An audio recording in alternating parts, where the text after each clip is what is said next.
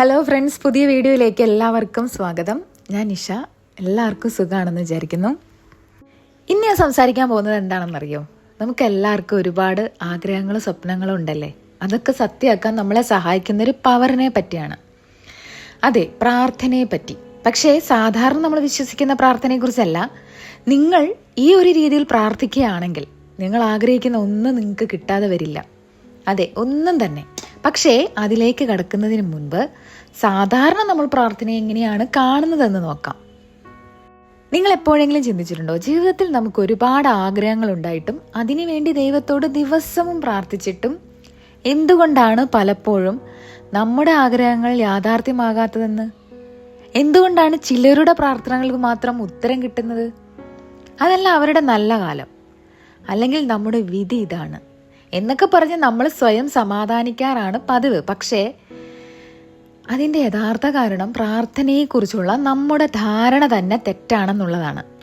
ഇന്ന് ഞാൻ നിങ്ങളായിട്ട് പങ്കുവെക്കാൻ പോകുന്ന ഒരു രഹസ്യമാണ്. ഇത് വെറും കെട്ടുകഥയല്ല, ലോകമെമ്പാടും ലക്ഷക്കണക്കിന് ആളുകളുടെ ജീവിതം മാറ്റിമറിച്ചൊരു സത്യമാണ്.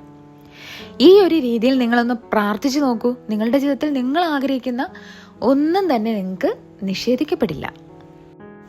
അപ്പോൾ സാധാരണയായി പ്രാർത്ഥനയെ നമ്മൾ എങ്ങനെയാണ് കാണുന്നത്?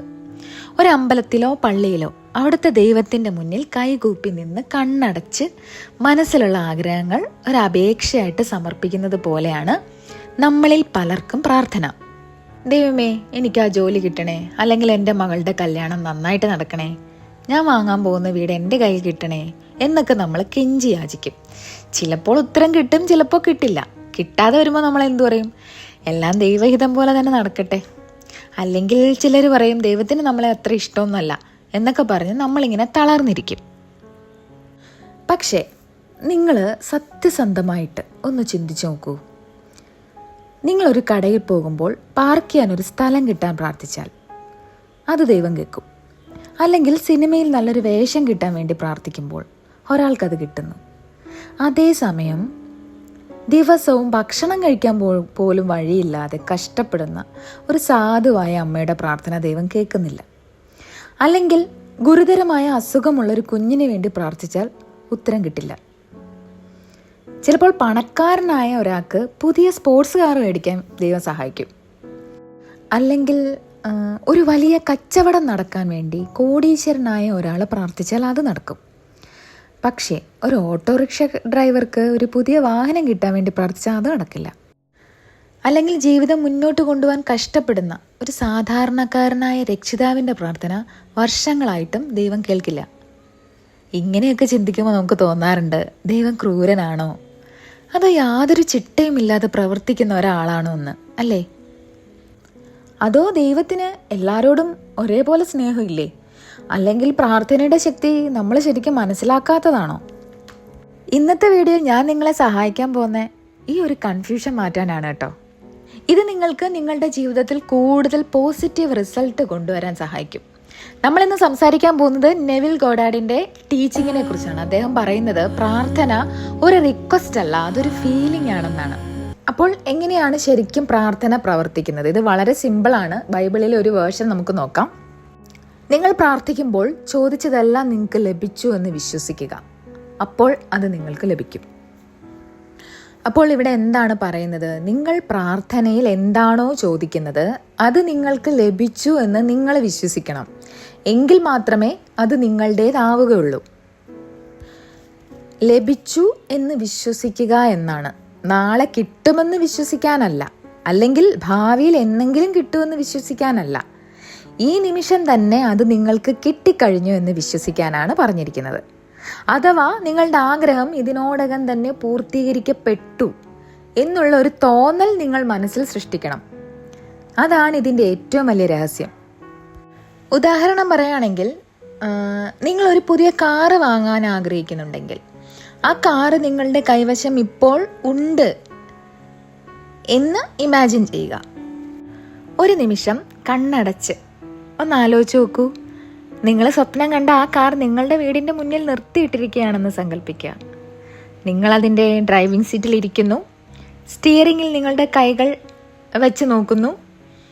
അതിൻ്റെ പുതിയ പെർഫ്യൂമിൻ്റെ മണം നിങ്ങളുടെ മൂക്കിലേക്ക് എത്തുന്നത് പോലെ നിങ്ങൾക്ക് തോന്നണം. ആ ഒരു ഫീലിംഗ്, അതാണ് ഏറ്റവും പ്രധാനം. ഇവിടെ നിങ്ങൾ ദൈവത്തോട് കെഞ്ചി യാചിക്കേണ്ടതില്ല, കരഞ്ഞ് ആവശ്യപ്പെടേണ്ടതില്ല. നിങ്ങൾ അറിയാതെ തന്നെ നിങ്ങളുടെ ആഗ്രഹം ഇതിനോടകം തന്നെ പൂർത്തീകരിക്കപ്പെട്ടു എന്നുള്ളൊരു തോന്നൽ നിങ്ങളുടെ മനസ്സിലുണ്ടാക്കി കഴിഞ്ഞാൽ നിങ്ങളുടെ പ്രാർത്ഥന ദൈവം കേട്ടു എന്നുള്ളതിന് വേറെ ഒരു തെളിവ് നിങ്ങൾക്ക് ആവശ്യമില്ല. നിങ്ങൾ ചോദിക്കും, എങ്ങനെയാണ് എനിക്കിത് ഉറപ്പിക്കാൻ സാധിക്കുക? എവിടെയാണ് ദൈവം? എൻ്റെ കൂട്ടുകാരെ, ദൈവം നിങ്ങളുടെ പുറത്തല്ല, നിങ്ങൾ അറിയാതെ തന്നെ നിങ്ങളുടെ ഉള്ളിലൊരു ശക്തിയുണ്ട്. നിങ്ങളുടെ ചിന്തകൾ, നിങ്ങളുടെ ഭാവനകൾ, നിങ്ങളുടെ ഫീലിങ്സ്, ഇതെല്ലാം എവിടെയാണ്? നിങ്ങളുടെ ഉള്ളിലാണല്ലോ അല്ലേ? അതുപോലെ തന്നെ ദൈവവും നിങ്ങളുടെ ഉള്ളിലാണ്. നിങ്ങളുടെ ഉള്ളിൽ നിങ്ങൾ ആഗ്രഹിക്കുന്ന കാര്യങ്ങളെക്കുറിച്ച് ഇമാജിൻ ചെയ്യുമ്പോൾ നിങ്ങളുടെ ഉള്ളിൽ തന്നെയുള്ള ദൈവവും അത് കേൾക്കുന്നുണ്ട്. നിങ്ങൾ നിങ്ങളോട് സംസാരിക്കുന്നത് നിങ്ങൾക്ക് കേൾക്കാറില്ലേ? നിങ്ങളുടെ ഉള്ളിലുള്ള ശബ്ദം, അതാണ് ഈ ദൈവവും. പലപ്പോഴും നമ്മൾ പറയുന്നൊരു കാര്യമുണ്ട്, ഇത് ദൈവഹിതമായിരുന്നില്ല, അതുകൊണ്ടാണ് നടക്കാത്തതെന്ന്, അല്ലേ? പലപ്പോഴും പറയാറില്ലേ? പലരും പറഞ്ഞ് കേട്ടിട്ടുണ്ട് അല്ലെങ്കിൽ. പക്ഷേ എൻ്റെ പ്രിയപ്പെട്ട കൂട്ടുകാരെ, നിങ്ങൾ ഒന്ന് ചിന്തിച്ചു നോക്കൂ. നിങ്ങൾ വൈകുന്നേരം നിങ്ങളുടെ കൂട്ടുകാരുമായിട്ട് സിനിമ കാണാൻ പോകുന്നു, അല്ലെങ്കിൽ ഫാമിലിയായിട്ട് സിനിമ കാണാൻ പോകുമ്പോൾ തീരുമാനം എടുക്കുമ്പോൾ അത് ദൈവഹിതമാണോ? നിങ്ങളൊരു പുതിയ ഷർട്ട് മേടിക്കാൻ പോകുന്നത് ദൈവഹിതമാണോ? നിങ്ങളുടെ വീട്ടിലെ ഇലക്ട്രിസിറ്റി ബില്ലടയ്ക്കാൻ പോകുന്നത് ദൈവഹിതമാണോ? ഇല്ല. നമ്മുടെ ജീവിതത്തിൽ പലപ്പോഴും നമ്മൾ തന്നെ എടുക്കുന്ന തീരുമാനങ്ങളാണ് ഉള്ളത്, അല്ലേ? അപ്പോൾ നിങ്ങളൊരു നല്ല തീരുമാനം എടുക്കാൻ ആഗ്രഹിക്കുന്നുണ്ടെങ്കിൽ ധൈര്യമായിട്ട് എടുക്കുക. നിങ്ങൾക്ക് എന്തെങ്കിലും തെറ്റ് സംഭവിച്ചാൽ അതിൽ നിന്ന് നിങ്ങൾ പഠിക്കും. അതാണ് ജീവിതം, അല്ലേ?